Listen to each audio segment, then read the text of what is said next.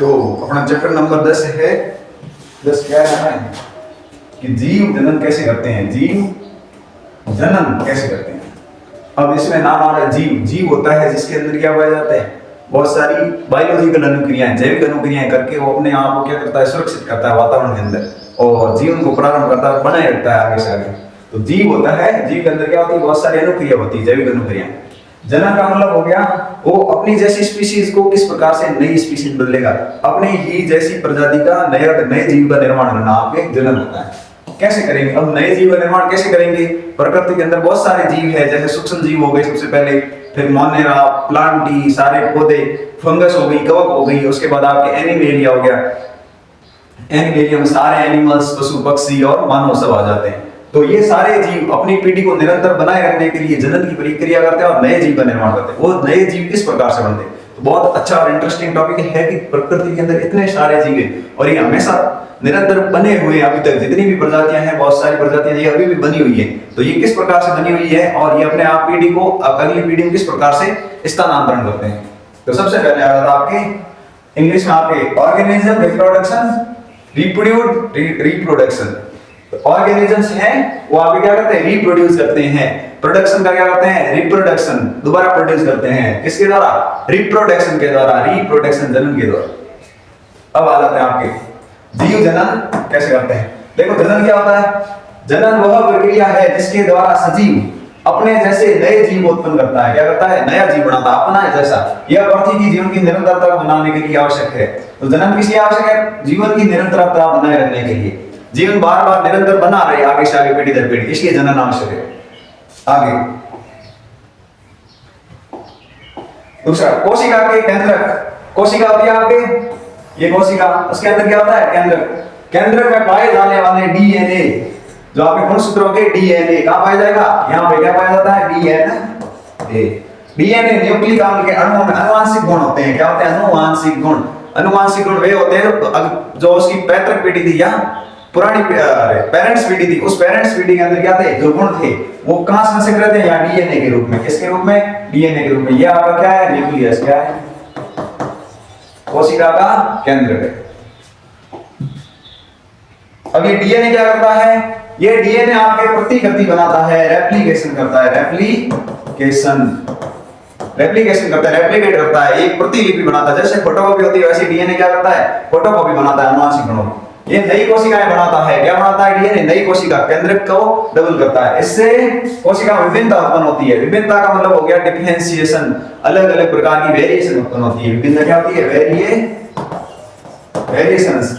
Variation मतलब बदलाव आते हैं कोशिकाओं के अंदर। कोशिकाएं एक समान होती है, कोशिकाएं एक जैसी होती है लेकिन समरूप नहीं होती। क्या नहीं होती, समरूप, एक ही रूप के आकार की होती है, उसमें वेरिएशंस आ जाते हैं। एक समान होती है, एक जैसी दिखती है लेकिन समरूप नहीं होती, उसके अंदर डीएनए क्या आ जाता है, चेंज आ जाता है, विभिन्नता आ जाती है। अब विभिन्नता क्या होती है आपके, तो आपके विभिन्नता का मतलब विभिन्नता क्यों जरूरी है, लंबे समय तक प्रजाति को स्पीशीज उत्तरजीविता बनाए रखने के लिए। अगर आपके पृथ्वी के ऊपर कोई भी पीढ़ी या कोई भी आपके प्रजाति है, उसको लंबे समय तक जीवित रहने के लिए कुछ ना कुछ आप उनके क्या करने चाहिए, विभिन्नता लानी जरूरी, लंबे समय तक रहेगी। क्योंकि अगर आज टेम्परेचर कितना है पृथ्वी का, फिलहाल का 45 डिग्री, लेकिन पहले थोड़ा कम था, तो इस 45 डिग्री या 40 डिग्री टेम्परेचर में अगर अपनी प्रजाति उसके अनुकूल नहीं हुई तो ये क्या कर जाएगी, नष्ट हो जाएगी प्रजाति। इसलिए उसको अनुकूल बनना पड़ेगा जितनी उष्मा उसके अनुसार। तो जो अनुकूलता है वो किसके अनुसार आती है, विभिन्नताओं के अनुसार। जैव विकास का आधार, ये क्या है, जैव विकास का आधार है। जैव विकास में जीवों के विकास के लिए पहले इंसान का दिमाग इतना इंटेलिजेंट नहीं था, बॉडी भी इतनी मजबूत नहीं थी, या फिर आपके धीरे धीरे अभी इंसान अपने दिमाग का ज्यादा उपयोग करना, तो ये ज्यादा उपयोग करना कैसे सीखा, जैव विकास के आधार पर। जीवों का धीरे धीरे क्या होता है, पीढ़ी दर पीढ़ी जैसे जैसे ट्रांसफर होते हैं अनुवांशिक गुण, वो क्या करते हैं, उसके विकास के लिए जिम्मेदार होते हैं। अब आ जाते हैं प्रजनन के प्रकार। प्रजनन का मतलब हो गया जीव जो जितने भी पृथ्वी के ऊपर रहते हैं वो क्या करते हैं, जनन करते हैं, जनन की क्रिया करते हैं, प्रजनन करते हैं।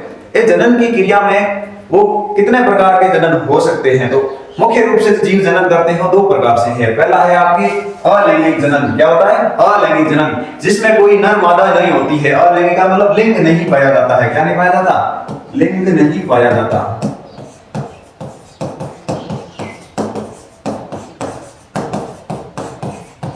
तो इसमें कोई नर मादा नहीं होते। क्या नहीं होते, नर और मादा। नहीं पाए जाते। ना इसमें नर होगा ना केवल एक जीवधारी होगा, वो उसमें भी एक कोशिका होगी। वो एक कोशिकीय जीव क्या करता है, अपने आप पीढ़ी को आगे बढ़ाए रखता है। किस प्रकार बढ़ाए रखता है, अपना आगे देखिए। दूसरा आता है लैंगिक प्रजनन। लैंगिक प्रजनन क्या होता है, ऐसा जनन जिसके अंदर क्या हो, नर और मादा दो जीवधारी मिलकर क्या करते हैं, नए जीव का निर्माण। यहाँ क्या है, दो जीवधारी, दो जीव, जैसे नर और मादा, नर प्लस मादा मिलके क्या करते हैं, नए जीव का निर्माण करते हैं।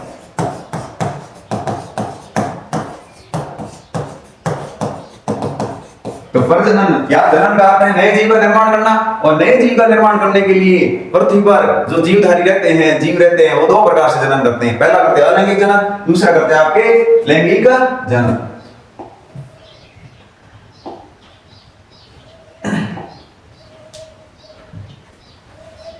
अब देख लेते हैं अपन लैंगिक और अलैंगिक जनन में अंतर क्या देखेंगे। अंतर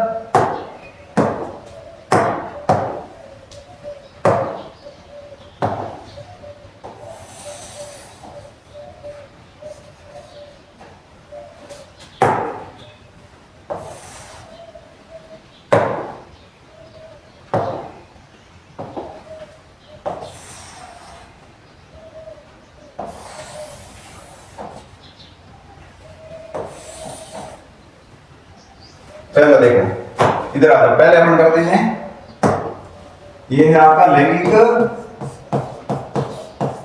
जनन, ठीक है। यहां ले लेते हैं आपके अलैंगिक जनन, क्या लेते हैं, अलैंगिक। यहां ले लेते हैं आपके लैंगिक जनन। अब अलैंगिक और लैंगिक जनन में क्या अंतर है, तो सबसे पहले आपके यहां होता है आपके एकल जीवधारी। एकल क्या होता है, पहला है एकल जीवधारी। एकल जीव नए जीव का निर्माण करता है। क्या करता है, नए जीव का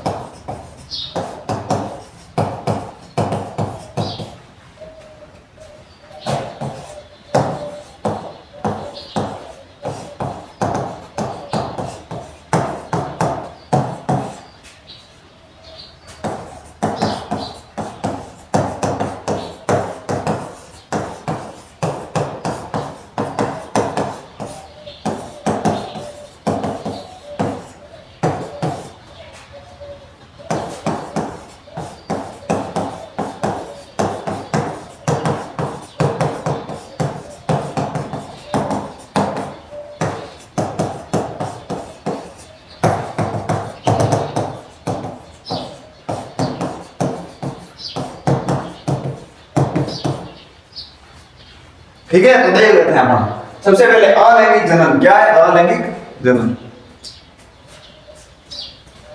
अलैंगिक जनन क्या होता है? तो सबसे पहले आपका अलैंगिक जनन, तो ये है आपका एक जीव नए जीव का निर्माण करता है। क्या करता है? नए जीव का निर्माण करता है, केवल एक जीव, वो कहलाता है आपके अलैंगिक जनन। लेकिन लैंगिक जनन में क्या होता है? नर और मादा जीव दोनों जीव क्या करते हैं? नए जीव का निर्माण करते हैं। एक नए जीव का निर्माण करने के लिए नर और मादा दोनों चाहिए। मान लो क्या है? मानव है, आपके पशु है, पक्षी है, इनके अंदर क्या होगा? एक नर पशु होगा, एक नर पशु,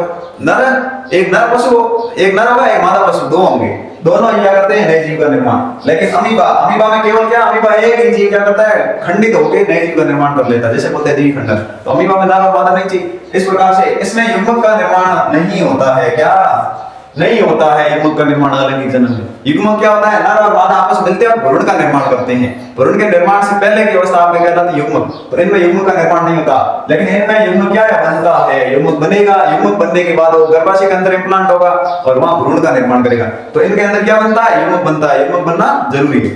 अब आ जाते हैं इधर, जीव पैतृक जीव के समान होता है या समरूप होता है? क्या होता है? समान या समरूप। जैसे पहला इसका पहले जीवधारी था, पुरानी पीढ़ी थी, अमीबा टूटने से पहले, वैसा ही हमें से क्या रहेगा बाद में? पैरामीशियम भी वही करता है, यूग्लिना भी वही करता है। तो आपके जैसे पहला था वैसा ही रहेगा, इसमें कोई विभिन्नता उत्पन्न नहीं होती। लेकिन इस जीव में क्या होती है? विभिन्नता उत्पन्न होती है।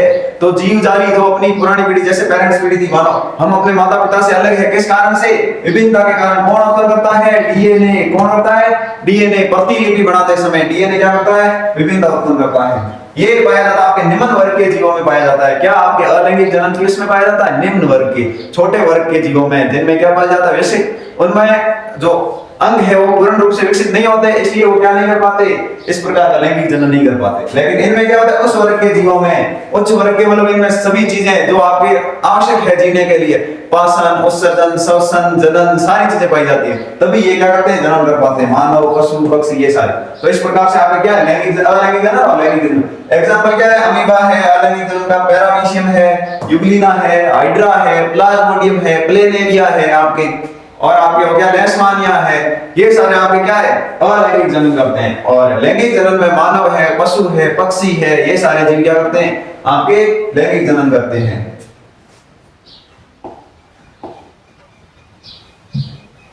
अब आ जाते हैं अपन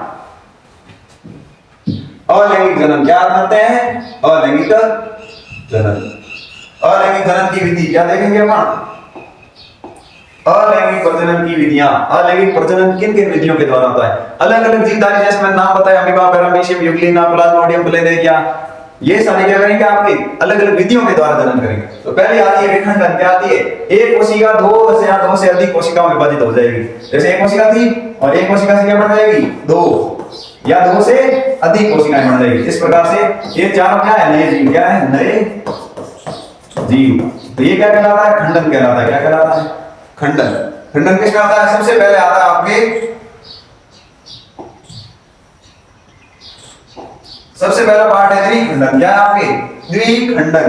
द्विखंडन क्या होता है? जीव दो कोशिकाओं में विभाजित होता है। जीव क्या हो जाता है? दो कोशिकाओं में। एक कोशिका जैसे ये थी, ये आपके अमीबा है, ये जीवधारी धीरे धीरे क्या करेगा? केंद्र से अलग होने की कोशिश करेगा। और पहले इसका होगा कोशिका द्रव्य। ये देखो कोशिका द्रव्य अलग हो गए। यहाँ पे क्या हो गया? कोशिका द्रव्य विभाजन।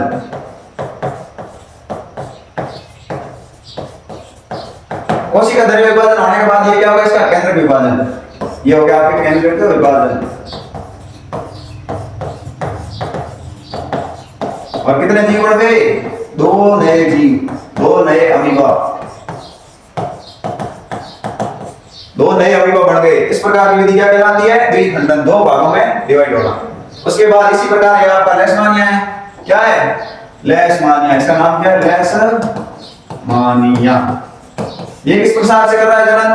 इसमें देखो, ये पहले क्या था? एक जीवधारी था ऐसे, फिर इसने क्या किया? यहां से डिवाइड होना शुरू किया। ये देखो, फिर थोड़ा डिवाइड हुआ, धीरे धीरे धीरे ये क्या किया इसने? दो जीवधारियों में, यहां से देखो अलग हुआ है ना, यहां से, और फिर क्या बन गए? दो बन गए। यहां पर कितने जीव है? दो नए लेशमानिया है। कितने? दो नए लेशमानिया का निर्माण हो जाता है। तो ये भी क्या करता है? द्विखंडन का जनन करता है। उसके बाद आ गया आपके बहुखंडन। क्या आपके? बहुखंडन। बहुखंडन का होता है, खंडन का मतलब टूटना, दो या दो से अधिक। द्विखंडन का मतलब दो बार टूटना या दो नए जीवन। बहुखंडन का मतलब बहुत सारे टूट जाना। तो तो उसको जीव बहुत सारी कोशिकाओं में विभाजित होता है, जैसे प्लाज्मोडियम। अब कैसे होगा ये अपन देखते हैं जब।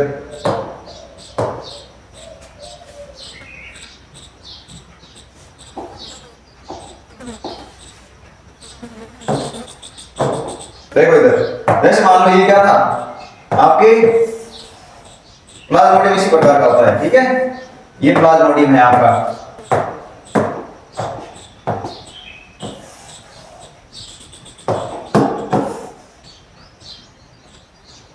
क्या है प्लाज्मोडियम, ठीक है। इसके अंदर बहुत सारी क्या होती है कोशिकाएं, क्या होती है ऐसी छोटी छोटी कोशिकाओं का निर्माण हो जाता है। इस प्रकार से क्या हो जाता है कोशिकाओं का निर्माण।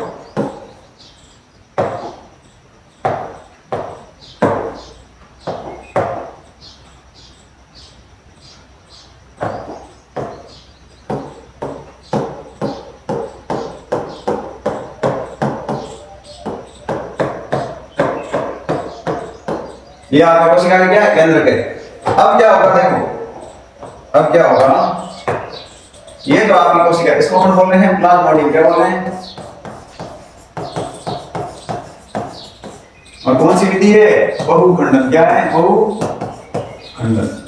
अब ये प्लाज्मोडियम क्या करता है, इसके बाहर की ओर क्या पाई जाती है, दो परत पाई जाती है। क्या पाई जाती है, दो ही परत। जैसे ही प्रतिकूल परिस्थितियां आएगी तो ये क्या करेगा, इस प्रकार से अंदर की ओर क्या बनाएगा, बहुत सारी छोटी छोटी कोशिकाएं बनाएगा। इस प्रकार से ये बनी हुई है, इस प्रकार से बना के जैसे ही अनुकूल परिस्थितियां आएगी यहां से ये टूटेगा, क्या होगा, टूटेगा। और ये कोशिका कहां आ जाएगी, बाहर, इस प्रकार से। और यहां क्या करेंगे, ये प्रत्येक कोशिका, जैसे ये कोशिका है सारी, ये सारी क्या करती है, नए जीव का निर्माण करती है। तो एक साथ क्या होता है, बहुखंडन होता है, बहुत सारे भागों में टूट जाता है और नए जीव का निर्माण होता है। इस प्रकार से क्या होता है, प्लाज्मोडियम में नए जीव का निर्माण होता है। फिर आ जाता है आपके खंडन। क्या आता है, खंडन। खंडन क्या होता है, वो देख लेते हैं। इस विधि में सरल संरचना वाले बहुकोशिकीय जीव विकसित होकर क्या करते हैं, छोटे छोटे टुकड़ों में टूट जाते हैं। टूटना, पहले तो विभाजित हो रहा था, इसका मतलब धीरे धीरे प्रोसेस हो रहा। अब ये क्या करे, अगर बहुकोशिकीय जीव क्या हो गए, छोटे छोटे टुकड़ों में खंडित हो जाते हैं, तो टुकड़े, जो टुकड़े बचे हैं वो टुकड़े नए जीव का निर्माण कर देते हैं। वहां तो आराम से कोशिका विभाजन हो रहा था, उसके बाद केंद्र विभाजन हो रहा था। इसमें ऐसा नहीं होगा, अगर जीवधारी टूट गया, ऐसे ये पेन यहां से टूट गया टुकड़ा, तो ये भी नया बन जाएगा, इधर से टूट गया तो ये भी नया बन जाएगा। इस प्रकार से क्या होता है, नए जीव का निर्माण। जैसे स्पाइरो गायरा, अब ये आपके स्पाइरो गायरा, जैसे ये आपका क्या था, एक जीव था, बाई चांस यहां से क्या होगा, ये टूट गया तो ये नया जीव बन जाएगा, ये नया जीव बन जाएगा। तो टुकड़े नए जीव का निर्माण करते हैं। कौन करते हैं, टुकड़े। टुकड़े से नया जीव बनता है, नए जीव का निर्माण किसमें होता है, स्पाइरो गायरा में। किसमें, स्पाइरो गायरा। अब आ जाते हैं पुनरुद्भवन। क्या है, पुनरुद्भवन। नाम से स्पष्ट है, पुनर्जनन हो रहा है, नया जन्म हो रहा है, ऐसे मान सकते हो आप। नया जन्म कैसे हो रहा है, किसी कारण जब कोई जीव कुछ टुकड़ों में टूट जाता है, कोई कारण आ गया, परिस्थिति आ गई, किसी पे दबाव आ गया, प्रेशर आ गया, बल लग गया, किसी का पैर आ गया किसी छोटे जीवधारी पे, वो टूट गया, टुकड़ों में क्या हो गया, टूट गया, तो नया जीव विकसित हो जाता है। उससे क्या बन जाता है, नया जीव। जैसे ये आपके क्या है, प्लेन एरिया। क्या है, प्लेन एरिया। ये आपकी विपरीत परिस्थितियों में यहां से ये पूरा जीव था, यहां से डिवाइड हो गया, यहां से एक टुकड़ा हो गया, एक टुकड़ा यहां से हो गया, तो ये तीनों टुकड़े क्या बना देंगे, तीन प्लेन एरिया बना देंगे। कितने, तीन प्लेन एरिया। इस प्रकार से क्या होता है, पुनर्जनन होता है। ठीक है। दूसरा था आपके हाइड्रा। हाइड्रा भी ये आपके एक टुकड़ा, दो टुकड़ा और तीन टुकड़ा में टूट गया। प्रत्येक टुकड़ा क्या कर देगा, नए जीव का निर्माण कर देगा और तीन हाइड्रा बना देगा। क्या बना देगा, तीन हाइड्रा। ठीक है। और ये क्या, तीन प्लेनेरिया क्या बनाएगा। इस प्रकार से ये विधि क्या कहलाती है, पुनर्जनन कहलाती है। अब आते हैं मुकुलन। अब जैसे अपन कह रहे हैं टूटे टूटे, जरूरी थोड़ा ही हाइड्रा टूटे टूटे, तो हाइड्रा भी क्या करता है, अन्य विधि द्वारा जनन करता है, जिसको बोलते हैं मुकुलन। क्या बोलते हैं, मुकुलन। ये हाइड्रा है आपके, इसके यहाँ पर एक छोटी नई क्या होती है, उबार आती है, उबार, उसको बोलते हैं आपके मुकुल बोलते हैं। क्या बोलते हैं, मुकुल। और फिर ये विकसित होकर क्या करती है, नए हाइड्रा का निर्माण कर देती है, नया हाइड्रा बना देती है।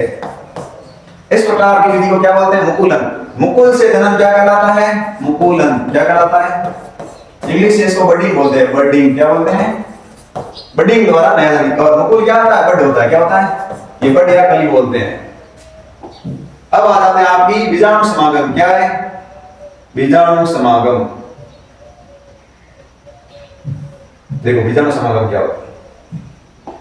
देखो ऐसा है, क्या है आपके पास जीव है, क्या है जीवधारी। इसके सिरे पर क्या होती है बीजाणुधानी होती है, स्पेरेंजियम, जिसको बोलते हैं बीजाणु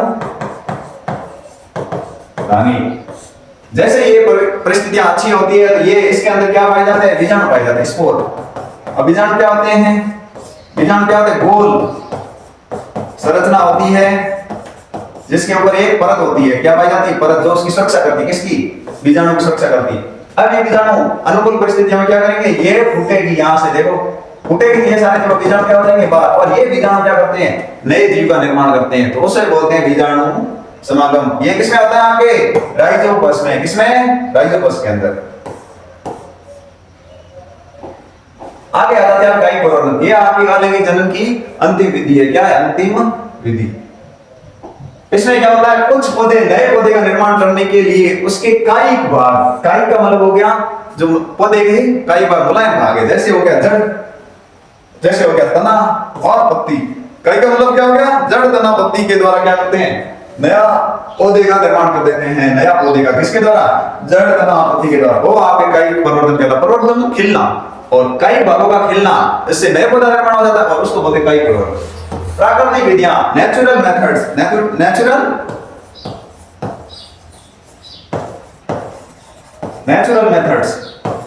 नेचुरल मेथड्स मतलब हो गया प्रकृति में अपने आप ही क्या हो जाएगा नए पौधे का निर्माण। कैसे होगा, जड़ द्वारा, कहना है जड़ द्वारा। जैसे डहेलिया और शकरकंद, शकरकंद जमीन में रहेगा नया शकरकंद बन जाएगा, डहेलिया का पौधा भी नया बन जाएगा। तने के द्वारा आलू और अदरक, आलू और अदरक क्या होगी अपने आप नए जीव का निर्माण, नए पौधे का निर्माण कर लेगी। उसके बाद पत्तियों द्वारा, बायोफिल्म की पत्तियां होती है उसके कॉल में, जैसे यहाँ की पत्ती है, क्या है पत्ती,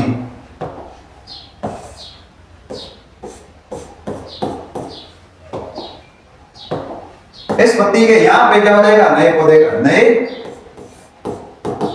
यहाँ हो गया एक और पे, यहाँ क्या हो जाएगी नई बायोफिल्म की पत्तियां निकल जाएगी और ये क्या करेगी नए पौधे का निर्माण, क्या करेगी नए पौधे का निर्माण। ये किसमें होता है आपके बायोफिल्म के अंदर, किसमें होता है बायोफिल्म में। अब आ जाते हैं कृत्रिम विधियां, आर्टिफिशियल मेथड। क्या होता है आर्टिफिशियल मेथड, जो अपन कर सकते हैं। ये क्या आपके